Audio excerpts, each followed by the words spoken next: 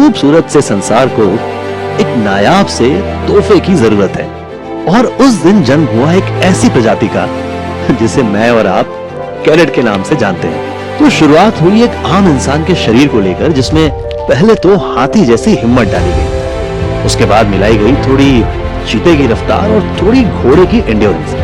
लेकिन बात कुछ बनी नहीं तो डॉल्फिन और ऑक्टोपस को मिलाकर एक दिमाग बनाया गया जिसमें EQ और IQ का बैलेंस बराबर था।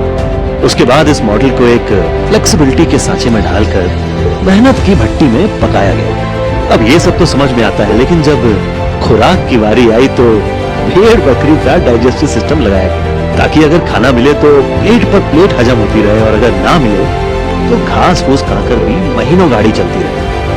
कई दिनों की कड़ी मेहनत के बाद जब ये प्रोडक्ट रेडी हुआ तो घर जाते जाते भगवान ने अपने स्टाफ से बोला कि देखो, इसे पार्सल करने से पहले एक सोने का मुकुट पहना दे।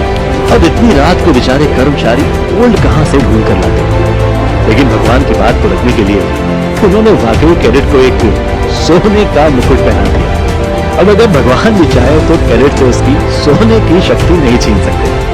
खैर, अगले दिन जब भगवान अपने इस करिश्मे को देखकर बंद बंद मुस्कुरा रहे थे तो एक स्टाफ ने बड़े डरते डरते पूछा, सर एक डाउट है, आपने कैरेट में कई जानवरों की शक्तियां तो डाल दी, लेकिन ये बेचारा इन सभी जानवरों का आपस में तालमेल कैसे बिठाएगा? भगवान ने उसी मंद मुस्कान के साथ जवाब दिया, बड़ी आसानी से कर लो, क्योंकि जिगर इसे मैंने शेर कर दिया। ये शानदार जवाब सुनने के बाद पूरी सभा तालियों की गड़गड़ाहट से गूंजने लगी। लेकिन प्रोडक्शन टीम हेड कुछ चिंतित नजर आ रही। भगवान ने सबको शांत कराकर उनकी तरफ इशारा करके पूछा कि क्या मैं आपकी चिंता का विषय जान सकता हूं?